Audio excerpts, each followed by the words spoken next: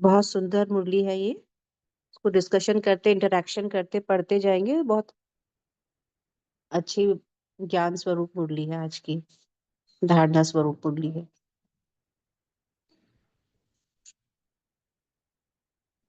किसे कहते हैं सिद्धि स्वरूप होना? बताएंगे ग्रुप 3 प्लीज, बोलिए। हाँ जी दीदी, दामिनी ओम बहन। शांति। जी ओम शांति, सिद्धि बोलिए बहन। जी, सिद्धि स्वरूप जब हैं, जैसे कि हमारे जो संकल्प, कर्म और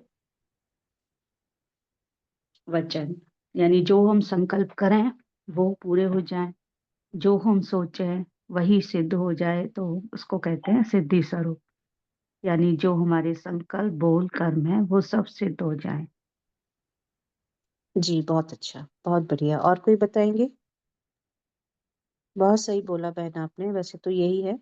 और कोई इसको थोड़ा सा और रिफाइन करेंगे? सिद्धि स्वरूप। ओम शांति दीदी। जी बोलिए बहन। सिद्धि स्वरूप का मतलब है एकाग्रता आना। जब एकाग्रता आ जाती है तो हमारे संकल्प, बोल, कर्म सब सिद्ध हो जाते हैं। सर्व संबंधों, इन तीनों ही संबंधों का एक एक शब्द है एकाग्रता। ओम शांति दीदी। जी जी जी जी, चलिए शुक्रिया, बहुत बहुत धन्यवाद। तो सिद्धि स्वरूप, जैसे बहन ने बोला कि जब हमारे संकल्प, हमारे बोल और हमारे कर्म ये सब सफल होने लग जाते हैं, तो जैसा हम सोचते हैं, यानी समर्थ रूप में जो हम सोच रहे हैं और वो होने लग जाता है, तो हम कहते हैं कि ये हमारा संकल्प सिद्ध हुआ, हमारे बोल सिद्ध हुए, है ना। तो वही सिद्धि स्वरूप है, जब वो सफल हो जाए। तो बाबा जो है आज एक विधि बता रहे हैं कि कैसे हम अपने संकल्प, बोल और कर्मों को हम सिद्ध कर सकते हैं, सफल कर सकते हैं। तो एक बहुत सहज विधि बाबा ने बताई है, एकाग्रता। चलिए देखते हैं एकाग्रता क्या है। तो बाप दादा सभी तीव्र पुरुषार्थी बच्चों को देख रहे हैं। आज बाबा अपने तीव्र पुरुषार्थी बच्चों को देख रहे हैं और उन्हीं से बात कर रहे हैं। तो हम सब बाबा के तीव्र पुरुषार्थी बच्चे हैं।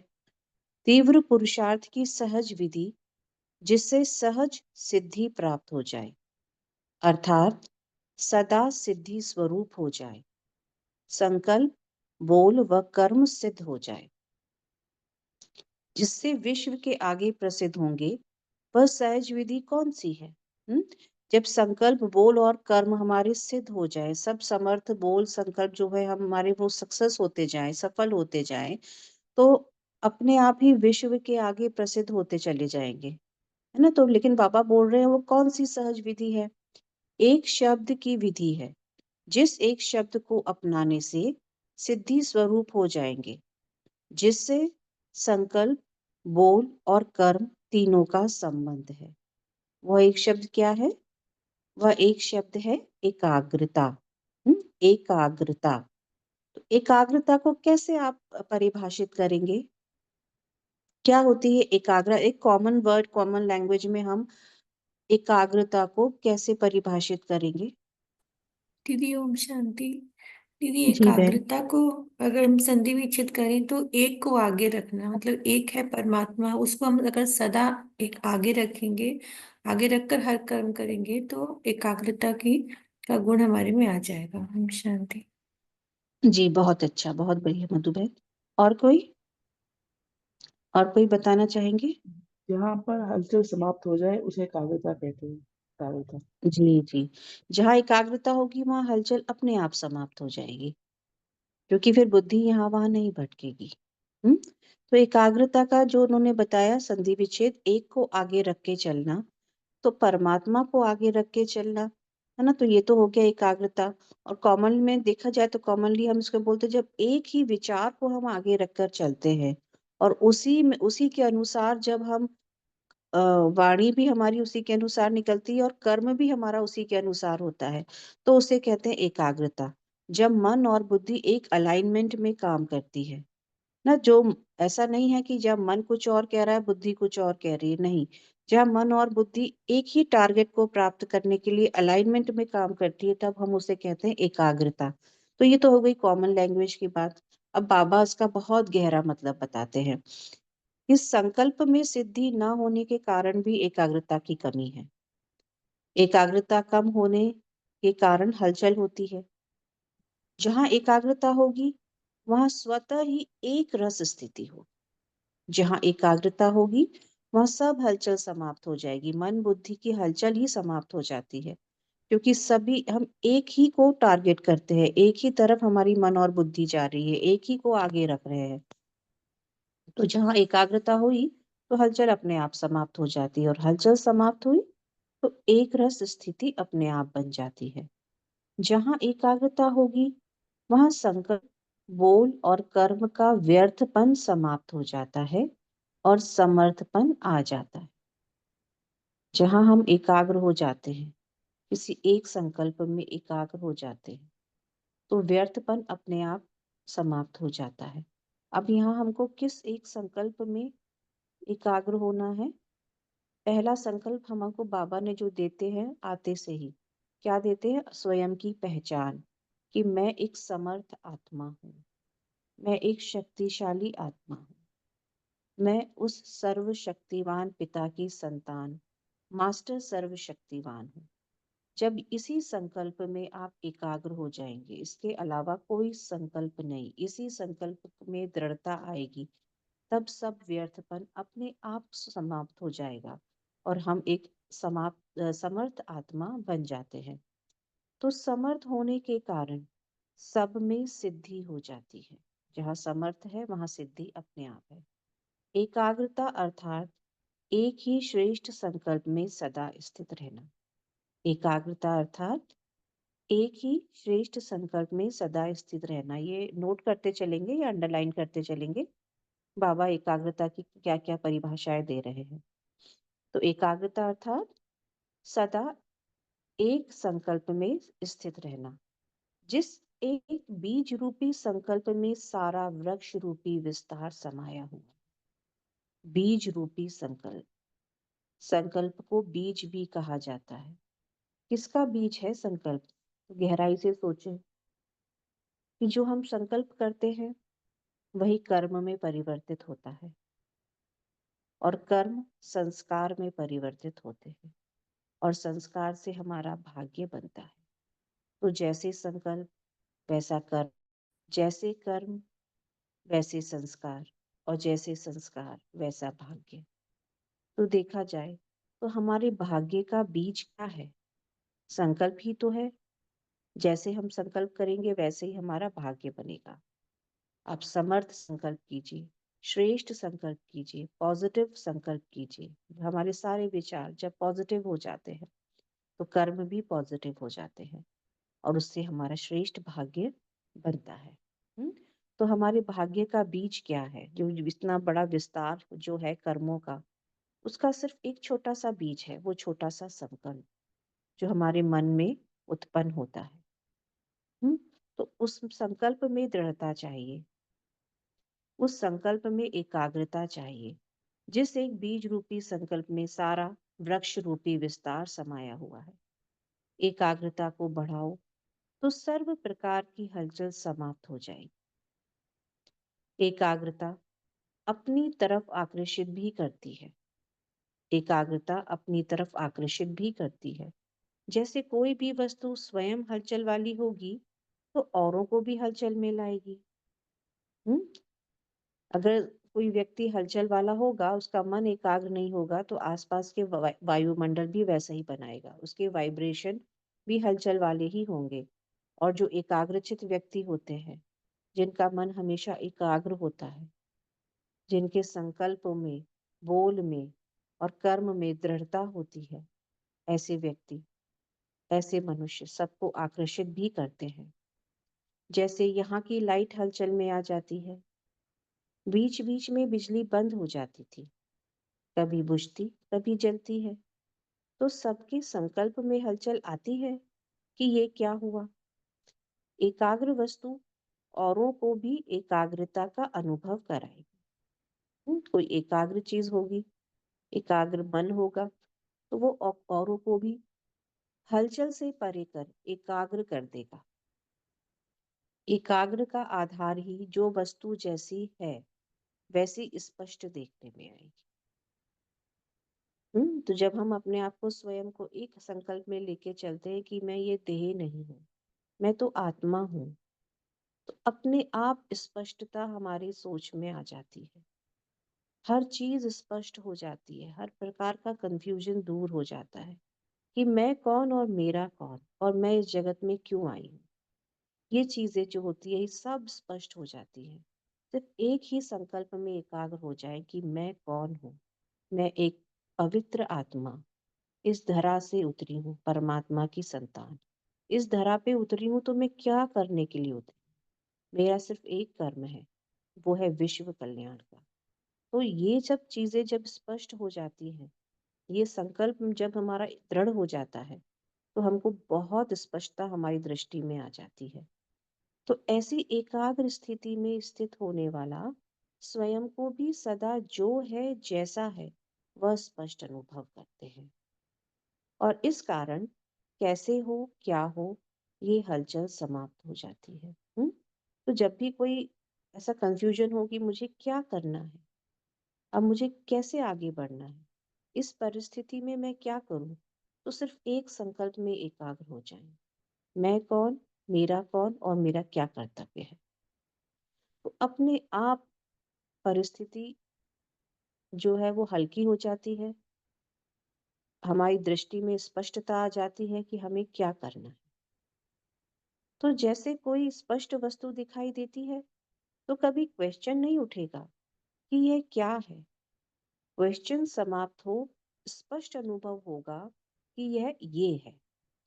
ऐसे स्वस्वरूप व बाप का स्वरूप एकाग्रता के आधार से सदा स्पष्ट हो। ये कब होगा? जब हमारी बुद्धि एक ही संकल्प में एकाग्र होगी कि मैं कौन। तभी ये देह भान मिटेगा कि बार बार हम एक ही संकल्प को दृढ़ता से महसूस करें कि मैं कौन हूँ, मैं एक आत्मा हूँ और वो परमात्मा मेरा पिता है बस, और वही मेरा सर्व संबंधी है। तो जब ऐसे स्वस्वरूप और परमात्मा का स्वरूप जब हम एकाग्र, उसमें हमारा मन बुद्धि एकाग्र होगी, तो स्पष्टता अपने आप आ जाती है। कैसे आत्मिक रूप में टिकूं? आत्मा का स्वरूप ऐसा है या वैसा है? यह हलचल अर्थात क्वेश्चन खत्म हो जाते हैं। जब क्वेश्चन खत्म होंगे, हलचल समाप्त होगी, तो हर संकल्प भी स्पष्ट होता है ना। ये अनुभव किया होगा कि कभी भी कोई भी क्वेश्चन है या किसी चीज में आपको लेकर कंफ्यूजन हो रहा है कि ये करें कि ये करें, हम कैसे करें। तो आप एक संकल्प जब आपको स्पष्ट होता है कि मैं कौन हूँ, मेरा क्या कर्तव्य है, तो हर चीज स्पष्ट हो जाती है। फिर हमें समझ आ जाता है कि नहीं, इस सिचुएशन में, इस कंडीशन में मुझे ये काम करना है ना। ऐसा अनुभव होगा ना ग्रुप 3? किसी को है तो बताएं, प्लीज अपना अनुभव शेयर करें।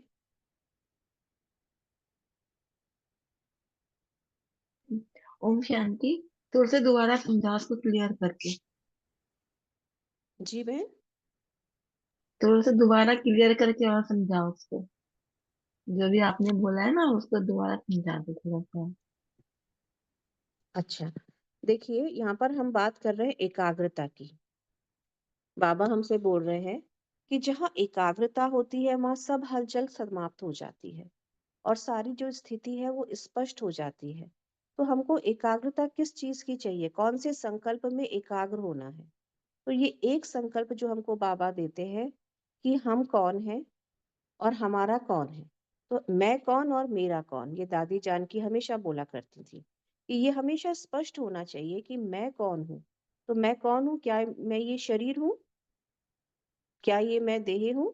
नहीं, मैं देह नहीं हूँ। मैं कौन हूँ? मैं एक आत्मा हूँ आत्मा हूँ दीदी और मेरा परमात्मा है। और मेरा एक परमात्मा है। हम्म और मैं कैसी आत्मा हूँ? मैं एक पवित्र आत्मा हूँ, मैं सर्व शक्तिशाली आत्मा हूँ, है ना। ऐसी अगर आत्मा हूँ तो मेरे कर्म कैसे होने चाहिए? अगर कोई परिस्थिति आती है तो मुझे उसमें क्या करना है?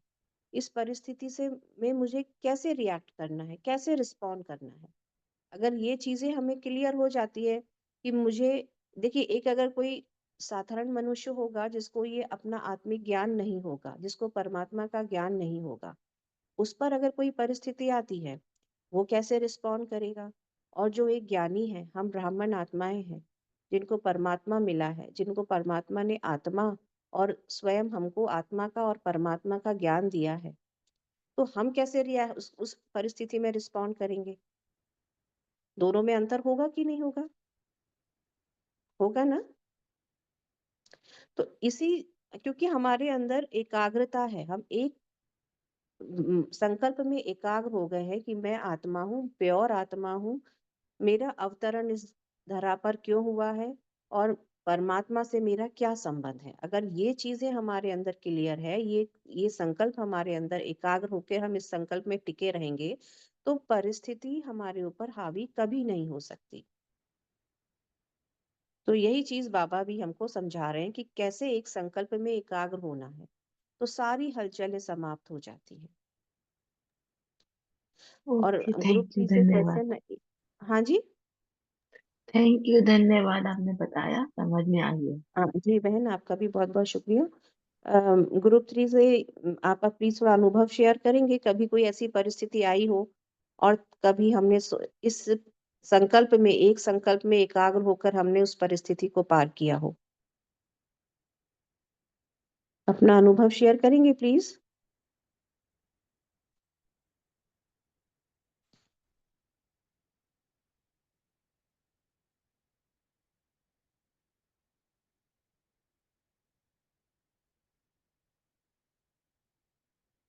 जी बोलिए कोई। शशि बहन, मंजू बहन, दामिनी बहन।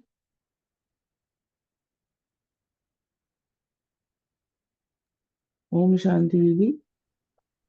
हाँ जी बहन बोलिए।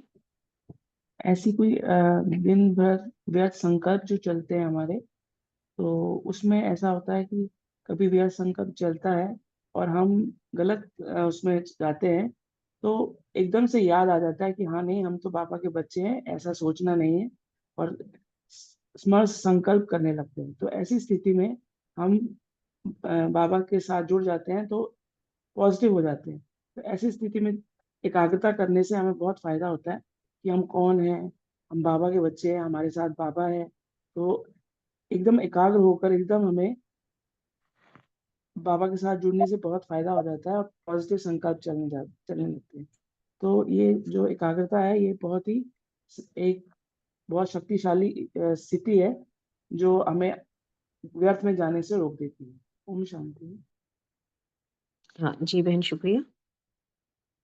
मन को हलचल से दूर करने का सिर्फ एक ही रास्ता है कि हम अपने मन को एकाग्र कर लें, है ना। अपना एक ही संकल्प में हम अपने मन को एकाग्र करें कि मैं कौन हूँ, मैं एक शक्तिशाली आत्मा हूँ। तो बड़ी से बड़ी परिस्थिति भी इससे ऐसे पार हो जाती है जैसे मक्खन से बाल निकल आए। तो बाबा कहते हैं, हर संकल्प, बोल और कर्म का आदि, मध्य और अंत, तीनों ही काल ऐसे स्पष्ट होते हैं जैसे वर्तमान काल स्पष्ट होता है। संकल्प रूपी बीज शक्तिशाली है तो फलदायक है ना। किसी भी कर्म का, किसी भी परिस्थिति का आदि, मध्य, अंत हमको बहुत क्लैरिटी रहती है कि हमारा विजन बहुत क्लियर हो जाता है कि हम ये जो सिचुएशन है या जो हम कर्म कर रहे हैं, उसका आदि, मध्य, अंत में उसका फल कैसा होगा। तो एकाग्रता हमें बहुत सारी सिद्धियां प्राप्त कराती है। तो एकाग्रता से सर्व शक्तियां सिद्धि स्वरूप में प्राप्त हो जाती हैं। एकाग्रता से सर्व शक्तियां सिद्धि स्वरूप में प्राप्त हो जाती हैं, क्योंकि स्वरूप स्पष्ट होता है। तो स्वरूप की शक्तियां भी ऐसे ही स्पष्ट अनुभव होते हैं। समझा एकाग्रता की महिमा ना। क्लियर है ना यहाँ तक कि कैसे हमें सर्व शक्तियां भी एकाग्रता से प्राप्त हो जाती है। जब हम एकाग्र होते हैं, कोई भी शक्ति चाहिए, उसका आह्वान एकाग्रता से कीजिए कि मैं एक शक्तिशाली आत्मा हूँ। सहन शक्ति चाहिए, समाने की शक्ति चाहिए, एक ही संकल्प में मन को एकाग्र कर लें, तो आसपास जो भी हलचल हो रही है, परिस्थिति की हलचल से हमारा मन अपने आप एकाग्र हो जाएगा। संकल्प में हमारा मन अपने आप हट जाएगा। तो क्योंकि इस स्वरूप स्पष्ट होता है, तो स्वरूप की शक्तियां भी ऐसे ही स्पष्ट अनुभव होती हैं। समझा एकाग्रता की महिमा। वैसे भी आजकल की दुनिया में हलचल से तंग आ गए हैं, चाहे राजनीति की हलचल, चाहे वस्तुओं के मूल्य की हलचल, करेंसी की हलचल, कर्म भोग की हलचल, धर्म की हलचल। कितने प्रकार की हलचल है देखिए इस संसार में, है ना। तो कई प्रकार की हलचलों से भरा हुआ ये संसार है। तो राजनीति की हलचल है, राजनीति की हलचल देखते ही रहते हैं हम रोजाना। आज कोई है कुर्सी पर तो कल कोई है, हलचल मची रहती है। वस्तुओं के मूल्य की हलचल, मूल्य की हलचल यानी आए दिन यही शिकायत रहती है ना कि महंगाई बढ़ रही है, ये हो रहा है, वो हो रहा है। करेंसी की हलचल, कर्म भोग की हलचल, वो तो सभी को भोगना ही है, कर्म भोग तो सभी के पास आता है, कोई इससे बच नहीं पाया। धर्म की हलचल, ये धर्म वो धर्म, कितने प्रकार के धर्म है संसार में। तो ऐसे सर्व प्रकार की हलचल से तंग आ गए हैं।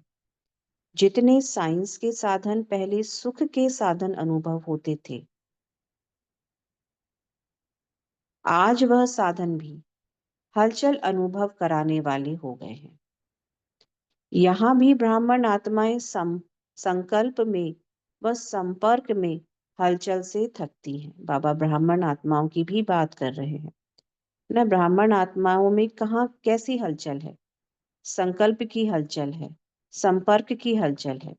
तो ऐसी हलचल से ब्राह्मण आत्माएं भी थक जाती है। दुनिया के लोग तो है ही थके हुए, वो तो इतने तंग आ गए हैं। लेकिन बाबा ब्राह्मण आत्माओं की बात करते हैं कि ब्राह्मण आत्माएं भी थक जाती हैं, इसलिए सहज विधि है एकाग्रता को अपनाओ। तो इस थकावट को दूर करने की, हलचल से दूर रहने की एक सहज विधि है एकाग्रता। इसके लिए, एकाग्रता के लिए सदा एकांतवासी बनो। एकांतवासी से एकाग्र सहज ही हो जाएंगे। एकांतवासी, एक के अंत में खोए हुए, एकांतवासी। तो एकांतवासी बनने के लिए ये जरूरी नहीं है कि हम सबसे दूर होकर एक कमरे में अपने आप को बंद कर लें कि हम तो भाई एकांतवासी हैं, हम तो किसी से मिलेंगे जुलेंगे नहीं, हम तो अब बिल्कुल एक अकेले रहेंगे, है ना, किसी का साथ नहीं चाहिए हमको, है ना। इसको एकांतवासी नहीं कहा जाता। एकांतवासी का मतलब होता है सबके बीच में रहकर अपने आप में रहना, अंतर्मुखी होकर रहना।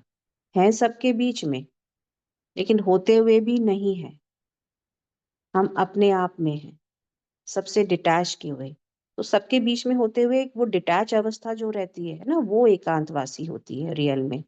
तो बाबा कहते हैं इसके लिए क्या करना है, हमें एकांतवासी बनना है, अंतर्मुखी हो जाना है। तो एकांतवासी से एकाग्र सहज हो जाएंगे। दिल्ली निवासी जैसे स्थापना के कार्य में आदि रत्न बन निमित्त बने, अब संपूर्ण समाप्ति के कार्य में भी निमित्त बनो। हर बात की संपूर्णता में आदि रत्न निमित्त बनो। संपूर्णता ही समाप्ति को लाएगी। हाँ, संपूर्णता ही समाप्ति को लाएगी। दिल्ली के फाउंडेशन में सब शक्तियों के सहयोग का हाथ पड़ा हुआ है। तो सर्व शक्तियों के सहयोग का हाथ लगने वाली धरती क्या कमाल दिखाएगी। ब्रह्मा बाप और ब्रह्मा की भुजाओं की पालना ली हुई धरनी दिल्ली 80 के वर्ष में क्या कमाल कर दिखाएगी। किस विधि से संपूर्णता लाएगी, कुंभकर्णों को कैसे जगाएगी। दिल्ली निवासियों से बाबा बात कर रहे हैं। 80 के लिए नई सौगात क्या तैयार की है। जो जनवरी की 18 तारीख को वह सौगात बाप दादा के सामने लाओ। देखेंगे 18 जनवरी के दिन किस सेंटर से क्या सौगात आती है। किसी भी विशेष दिन पर विशेष सौगात दी जाती है ना। तो 18 जनवरी आपका विशेष दिन है, उस दिन पर विशेष क्या सौगात देंगे। 18 जनवरी समर्थी दिवस है ना, उस दिन बाबा बोल रहे हैं क्या सौगात देंगे। दिल्ली क्या देगी, फॉरेन क्या देगी, गुजरात क्या देगी। सभी जोन से सौगात आनी चाहिए। स्थापना के आदि में पहले दिल्ली आई है, तो सौगात देने में भी दिल्ली को नंबर 1 होना चाहिए। बच्चों को बाप को सौगात देनी है। बच्चों को बाप को सौगात देनी है ना। बाबा से तो हमने बहुत कुछ लिया है, बहुत कुछ प्राप्ति की है। अब बाबा को सौगात चाहिए, तो देंगे ना सभी। बाबा को क्या सौगात चाहिए? प्रत्यक्षता, है ना। बाबा को हमको प्रत्यक्ष करना है, अपने आप को संपूर्ण बनाकर बाबा को प्रत्यक्ष करना है। यही तो सौगात देनी है ना बाबा को। तो देंगे ना सभी? हैंड रेस करेंगे, कौन कौन बाबा को सौगात देंगे? जी, जिग्नेश भाई, विभा बहन, शिवप्रिया बहन, मंजू बहन, कनिका बहन, पुष्पलता बहन, ममता बहन, रेखा बहन, रेणुका बहन, दामिनी बहन। Very good. सभी बाबा को सौगात देने के लिए तैयार है ना। बाबा को सौगात क्या चाहिए, ये तो स्पष्ट है ना। कौन सी सौगात देंगे बाबा को? चैट बॉक्स में लिखेंगे। कौन सी सौगात देना है बाबा को? क्या चाहते हैं बाबा हमसे?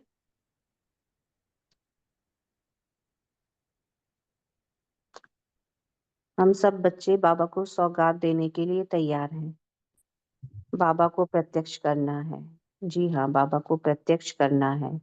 जल्दी जल्दी संपूर्ण संपन्न बनना है। जल्दी जल्दी स्वर्ग को धरा पे उतारना है।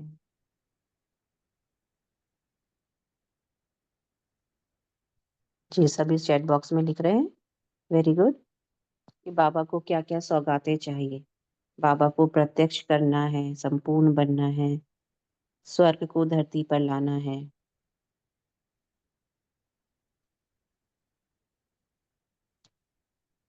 तो बाप की इच्छा को अभी तक जाना नहीं है क्या? बाबा पूछ रहे हैं, जाना नहीं है क्या? जान लिया है ना। हर एक सोचे कौन सी सौगात देनी है, क्योंकि हर साल कोई ना कोई नई इन्वेंशन जरूर होनी चाहिए, जो नवीनता स्वयं में भी और सेवा में भी नवीनता लाए। ऐसी नवीनता चाहिए बाबा को कि जो स्वयं में भी नवीनता लाए और सेवा में भी नवीनता। बाबा को नवीनता बहुत पसंद है। नई दुनिया लानी है। जी, वेरी गुड। उसका प्लान क्या है? बाबा ने कहा उसका प्लान क्या है? प्रैक्टिकल प्लान बताओ। कुछ भी करो, लेकिन सौगात रूप में लाना जरूर है। फिर देखेंगे हर जोन से नंबर 1 सौगात किसकी है। दिल्ली में महारथियों की तो कमी नहीं है। इतने सब महारथी तो महान सौगात तैयार करेंगे ना। प्लान और पुरुषार्थ दोनों ही करना है। प्लान भी बनाना है, पुरुषार्थ भी करना है। रेस तो करनी चाहिए ना। सबका विचार सागर मंथन तो चलेगा। विचार सागर मंथन चलेगा ना कि बाबा को क्या सौगात दें। सब प्लान बनाते हैं, उसी के अनुसार पुरुषार्थ करते हैं।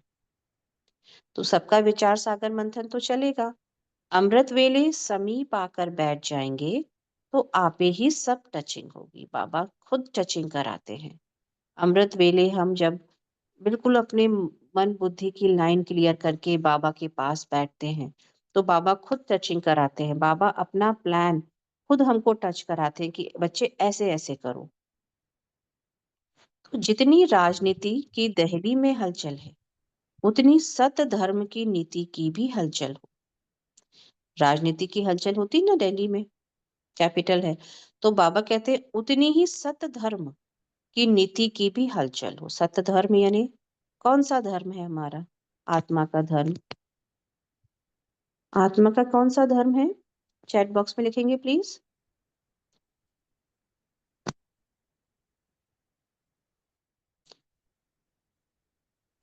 स्वरूप धर्म। आत्मा का कौन सा धर्म है? सत धर्म की बात कर रहे हैं बाबा। कौन सा सत धर्म होगा ग्रुप 3?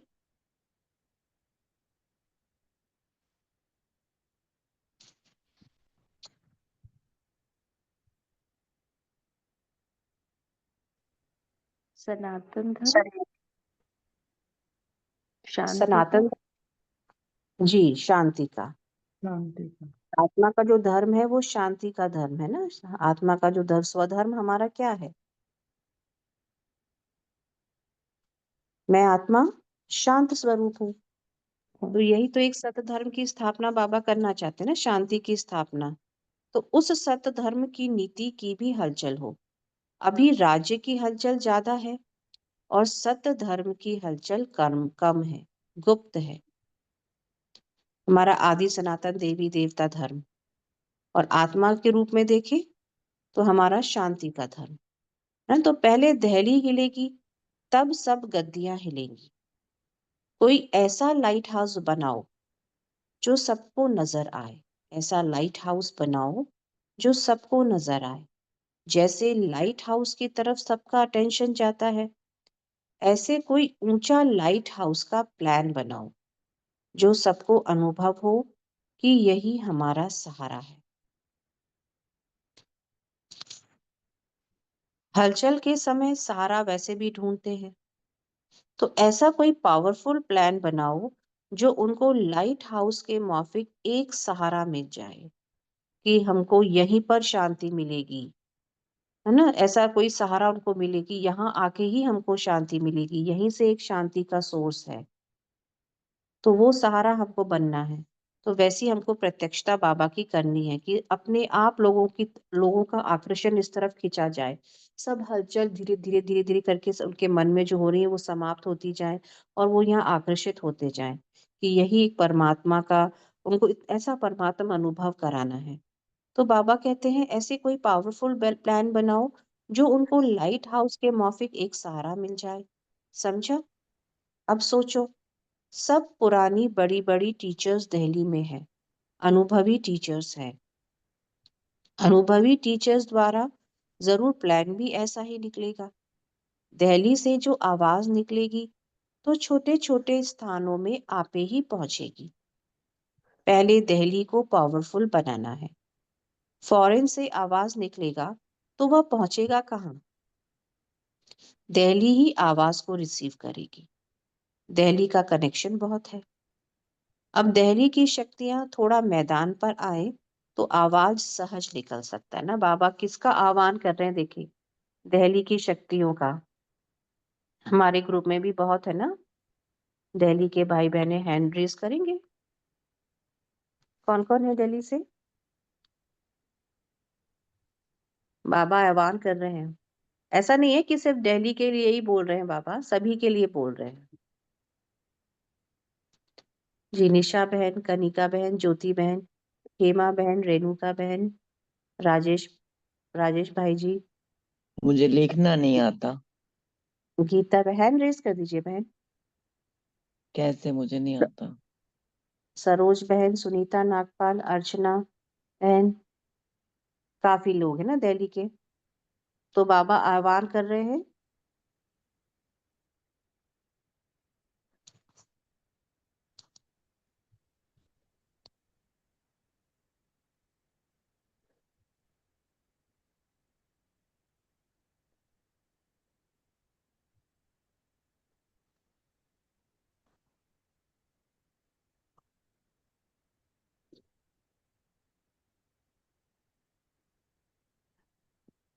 चलिए आगे देखते हैं। विदेशी भाई बहनों के साथ बाबा की मुलाकात है। अव्यक्त बाप दादा की मुलाकात है विदेशी भाई बहनों के साथ। लेस्टर की पार्टी से बाबा मिल रहे हैं। सदा सर्विसेबल रत्न हो। सर्विसेबल का अर्थ है, माइक म्यूट कर देंगे प्लीज। सर्विसेबल का अर्थ है हर सेकंड, चाहे मनसा, चाहे वाचा, चाहे कर्मणा द्वारा व संग संबंध संपर्क द्वारा सेवा करने वाले। हम बाबा बता रहे हैं सर्विसेबल का अर्थ क्या हुआ कि मनसा वाचा कर्मणा, संबंध संपर्क, हर तरीके से सेवा करने वाले। सर्विसेबल अर्थात ऑलराउंड सेवाधारी।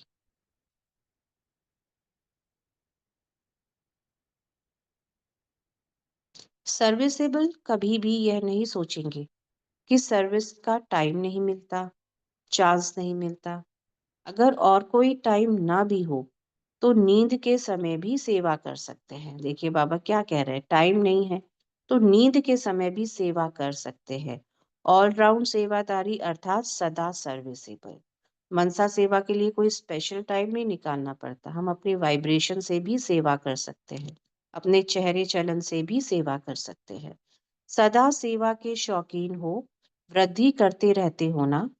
सारे दिन के चार्ट में चेक करो कि सर्व प्रकार की सेवा में मार्क्स ली या सिर्फ वाचा और कर्मणा सेवा की। सब प्रकार की सेवा का खाना भरना चाहिए।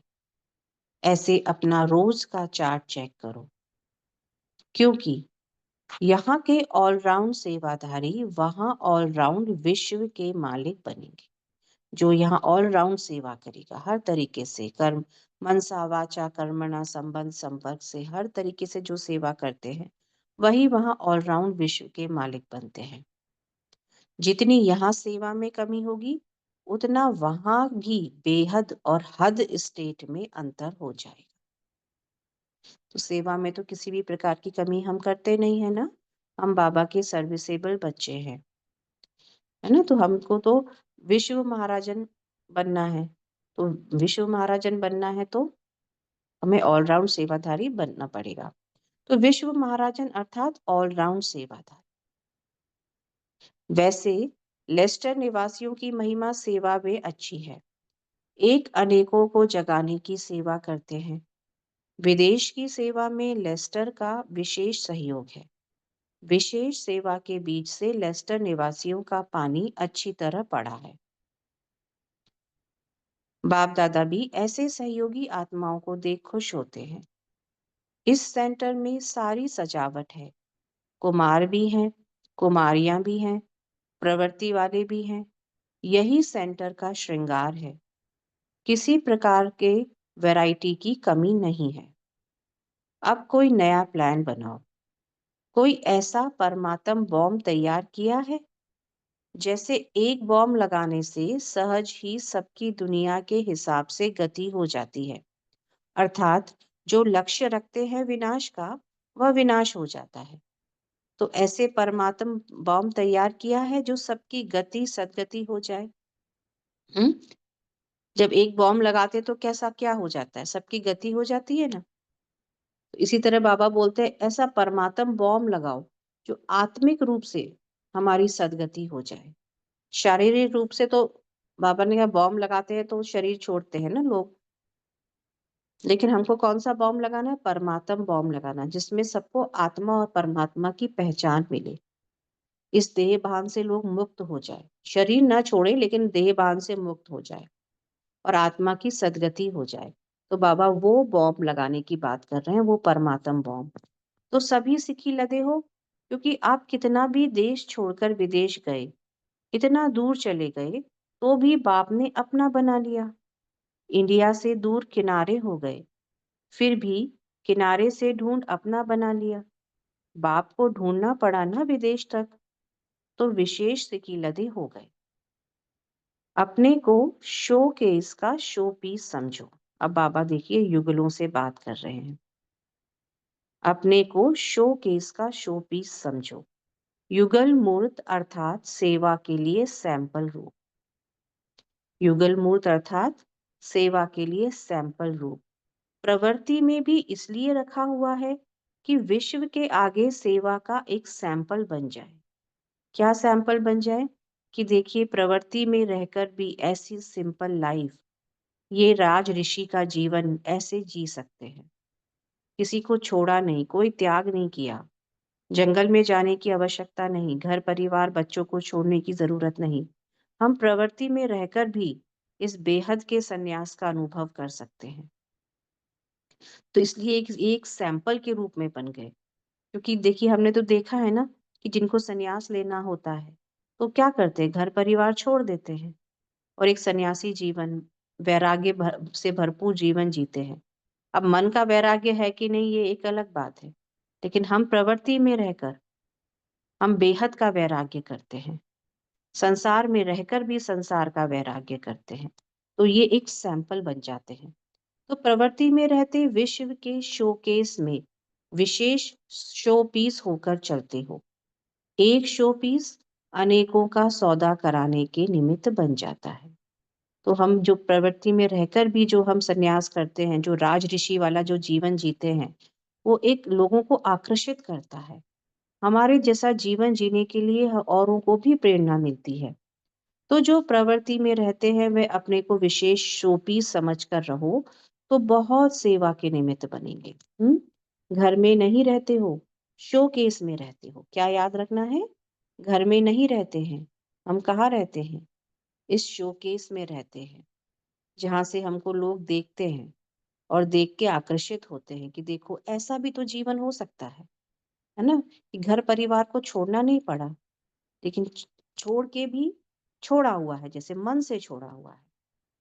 मोह किसी से नहीं है, लगाव अटैचमेंट किसी से नहीं है, लेकिन फिर भी हम अपना कर्म कर रहे हैं, अपनी ड्यूटी निभा रहे हैं। तो सच्चा सच्चा जो कर्मयोगी जीवन है वो हम जी के बताते हैं। तो शोकेस में अपने को समझेंगे तो सदैव सजा सजाया रहेंगे। शोकेस में गंदी चीज नहीं रखी जाती। अभी थोड़ा समय आगे बढ़ेगा तो सारे विश्व के अंदर प्रवृत्ति में रहकर निर्वृत्त रहने वालों का नाम बाला होगा। आप लोगों के दर्शन करने के लिए तड़पते हुए आएंगे। देखिए बाबा क्या कह रहे हैं, नशा चढ़ा रहे हैं कि आप लोगों के दर्शन करने के लिए तड़पते हुए आएंगे। कहेंगे कौन सी बहादुर आत्माएं हैं जो हम नहीं कर पाए वह करके दिखा रही हैं। युगलों की अपरम अपार महिमा होगी। बाप के कार्य को प्रत्यक्ष करने के निमित्त बनेंगे। कोई साधारण नहीं हो, विशेष आत्माएं हो। बाबा युगलों से बोल रहे हैं कि आप कौन हो? आप इस संसार रूपी शोकेस में बहुत सुंदर शो पीस हो। और हमारा सबसे बड़ा श्रृंगार क्या है? हम्म? अच्छा, कौन कौन युगल है जो साथ में चलते हैं? हैंड रेज करेंगे?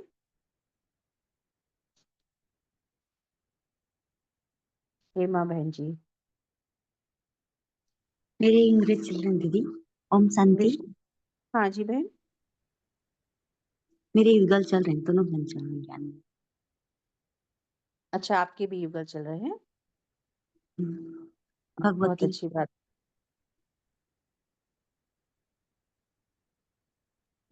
हम देखिए विष्णु भाई जी हैं, मधु बहन है, तनु बहन दीदी जी, मैं पुष्पा बहन जी,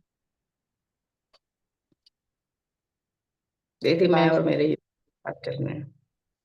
अच्छा जी, आपके भी युगल चल रहे हैं जी। बहुत बहुत बधाई आपको, जो सभी चल रहे हैं बहुत अच्छे से चल रहे हैं। सभी को बहुत बहुत बधाई। निशा बहन जी। तो बाबा ने हम युगल जो युगल है उनके लिए क्या बोला है कि कौन है ये? शोकेस में रखे हुए शोपीस है। और शोपीस का श्रृंगार क्या है? शोपीस बहुत सुंदर होता है ना, सजा ओम हुआ रहता शांति। है। हाँ जी बहन। दीदी पवित्रता। जी बहुत अच्छे, बहुत बढ़िया बहन। पवित्रता ही हमारा सबसे बड़ा श्रृंगार है। जो सजावट है वो किस वजह से, और जो आकर्षित कर रहे हैं हम लोगों को, वो क्यों कर रहे हैं? क्योंकि पवित्रता से श्रृंगारित आत्माएं हैं हम, है ना? इसलिए हम आकर्षित करते हैं कि देखिए हम घर संसार में रहते हुए भी हम कैसे पवित्रता को अपनाते हैं। जो दुनिया में सबको मुश्किल लगता है वो कार्य हमने करके दिखाया है। तो ये कार्य कोई साधारण कार्य नहीं है, लेकिन करवाने वाला कौन है? वो परमात्मा। जिसको परमात्मा की प्राप्ति हुई है वही ये कार्य करा सकता है। और कोई में तो हिम्मत ही नहीं कर पाते लोग। तो बाबा अब आगे मुलाकात कर रहे हैं कुमारों से। सेकंड में सोचा और किया। तो कुमारों से बाबा की मुलाकात है, यही हाई जंप है। सभी अविनाशी कुमार है। कुमार कुमारियों को एक्स्ट्रा मार्क्स किस बात की मिलती है और क्यों मिलती है? कुमार कुमारियां अपने इस जीवन में सब कुछ देखते हुए, जानते हुए, फिर भी दृढ़ संकल्प कर दृढ़ त्यागी बनते हैं। उस त्याग का भाग्य मिलता है। जीवन में सब कुछ जानते हुए, देखते हुए उन्होंने त्याग किया है, तो उस त्याग का भाग्य मिलता है। प्रवृत्ति वाले अल्पकाल का सुख भोगकर फिर त्याग करते हैं, और कुमार कुमारी विनाशी अल्पकाल के सुख का पहले ही दृढ़ संकल्प से त्याग कर देते हैं। इसलिए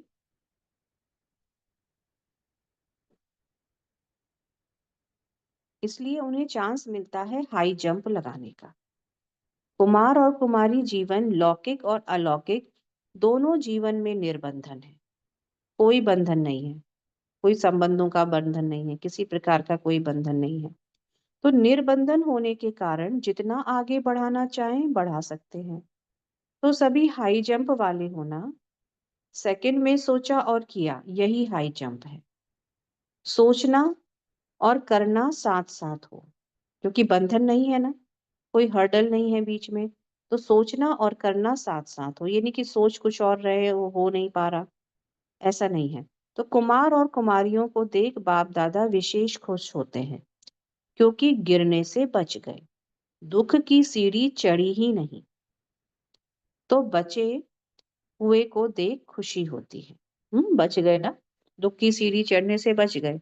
युगल जो है वो अब सीढ़ी उतर रहे हैं, लेकिन जो कुमार कुमारियां हैं उन्होंने वो दुख की सीढ़ी चढ़ी ही नहीं है। अब अमेरिका में से की पार्टी से बाबा बात कर रहे हैं। सदा बाप के सर्व संबंधों और सर्व खजानों का अनुभव करते हो। जैसे बाप के गुण, उन सर्व गुणों का अनुभव होता है। सर्व खजानों में से व सर्व संबंधों में से अगर एक भी संबंध का अनुभव कम हुआ तो वह संबंध अपनी तरफ आकर्षित कर बाप से दूर कर देता है। इसलिए चेक करो कि सर्व संबंधों का अनुभव किया है। सर्व खजानों के मालिक और फिर बालक, कर्म करने के लिए, सेवा करने के लिए, डायरेक्शन पर चलने वाले बालक, और फिर ऊंची स्थिति में स्थित होने के समय मालिक। बाबा क्या कह रहे हैं? मालिक सो बालक स्थिति का अनुभव करना और बाबा से सर्व संबंधों का अनुभव करना।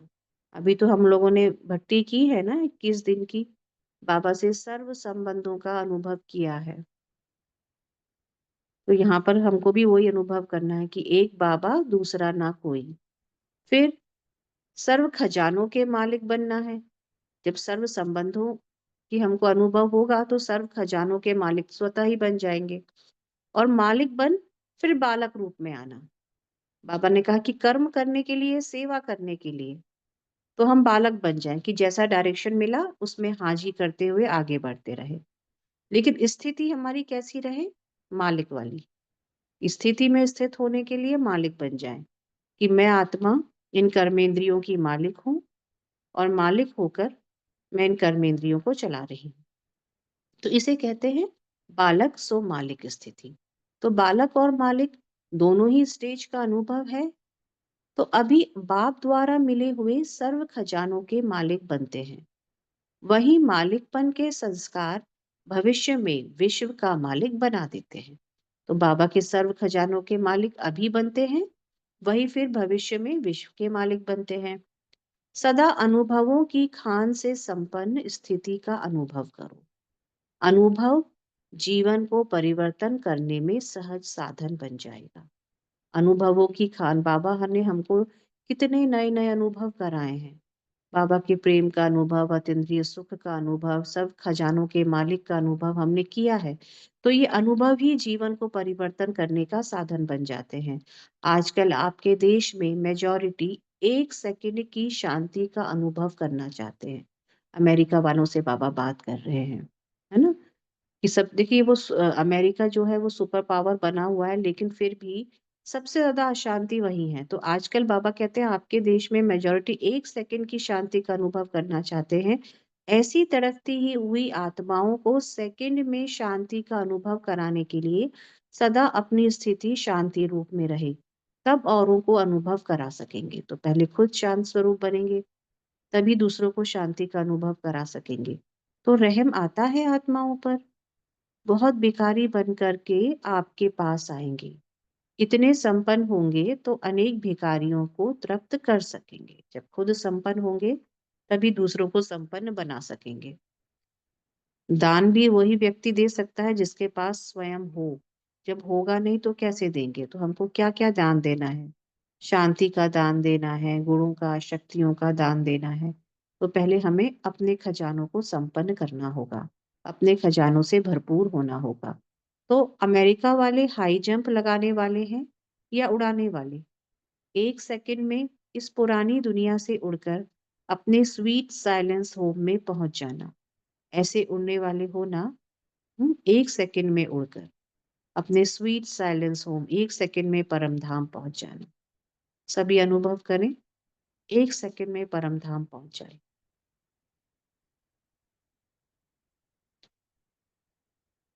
बाबा को टच करके वापस इस प्रकृति में बैठ जाए।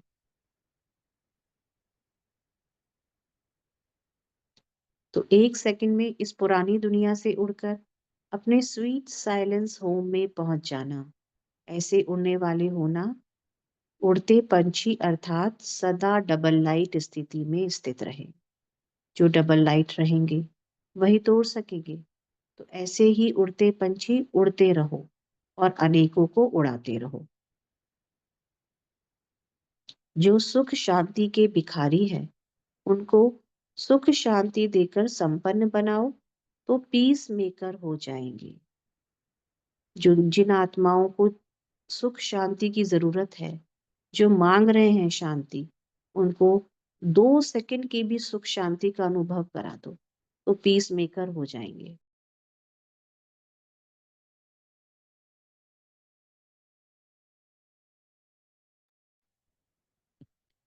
सभी दिल से आपकी शुक्रिया गाएंगे। अमेरिका में जो सेंटर खुला है इसमें भी रहस्य है, विशेष कार्य होना है। विनाश और स्थापना दोनों का साक्षात्कार साथ साथ होगा। उस तरफ विनाशकारी और इस तरफ पीस मेकर, है ना। विनाश देखिए, अमेरिका में भी हथियार तैयार किए जाते हैं, वहां भी बॉम्ब्स बनते हैं। तो बाबा कह रहे विनाश का खेल भी होगा, क्योंकि विनाश की तैयारी भी होगी वहां से। और नए नए हमारे जो पीस मेकर्स बनते जाएंगे, नए नए सेंटर्स खुलते जाएंगे, जहां से लोगों को शांति के वाइब्रेशन महसूस होंगे। जो अशांत आत्माएं हैं वो अपने आप खिंची हुई चली आएंगी। तो सभी दिल से आपकी शुक्रिया गाएंगे। अमेरिका में जो सेंटर खुला है इसमें भी रहस्य है, विशेष कार्य होना है। बाबा कह रहे हैं विनाश और स्थापना दोनों का साक्षात्कार साथ साथ होगा। उस तरफ विनाशकारी और इस तरफ पीस मेकर। साइंस और साइलेंस दोनों शक्तियों का मुकाबला देखेंगे। साइंस और साइलेंस यानी साइंस के द्वारा विनाश के साधन भी तैयार होते जाएंगे, और यहाँ पर नए नए सेंटर्स खुलते जाएंगे जहाँ से शांति के वाइब्रेशन लोगों को अपनी तरफ आकर्षित करेंगे। चारों ओर से अमेरिका को परिवर्तन करने का घेराव डालो। महावीर का दिखाते हैं ना कि वह सारी पहाड़ी की पहाड़ी को ले आया। तो आप अमेरिका को परिवर्तन कर साइलेंस की शक्ति का नाम बाला करो। सदा याद रखो, हम शांति के सागर के बच्चे शांति देवा हैं। कौन है हम? बाबा ने हमको कौन सा स्वमान दिया आज? शांति के सागर के बच्चे हम शांति देवा हैं। सभी महसूस करें हम कौन हैं, किसकी संतान है। वो परमात्मा जो शांति का सागर है, हम उसके बच्चे शांति देवा हैं।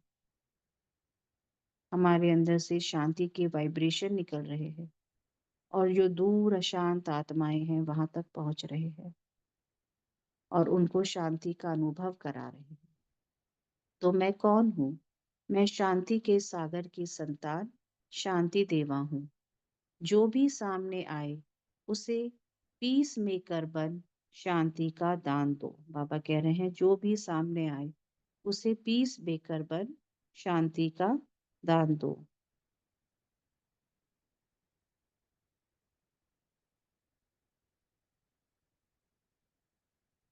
अच्छा, ओम शांति। प्यारे बाबा का बहुत बहुत शुक्रिया। आप सभी भाई बहनों का बहुत बहुत धन्यवाद। ओम शांति। ओम शांति। शुक्रिया रितु बहन, बहुत अच्छे से आपने मुरली को रीड किया और पूरे ग्रुप का प्रेजेंटेशन भी बहुत ही अच्छा रहा। सभी एक्टिव रहे। अभी ग्रुप 3 से सभी मुरली के पॉइंट्स रिवाइज कराएंगे।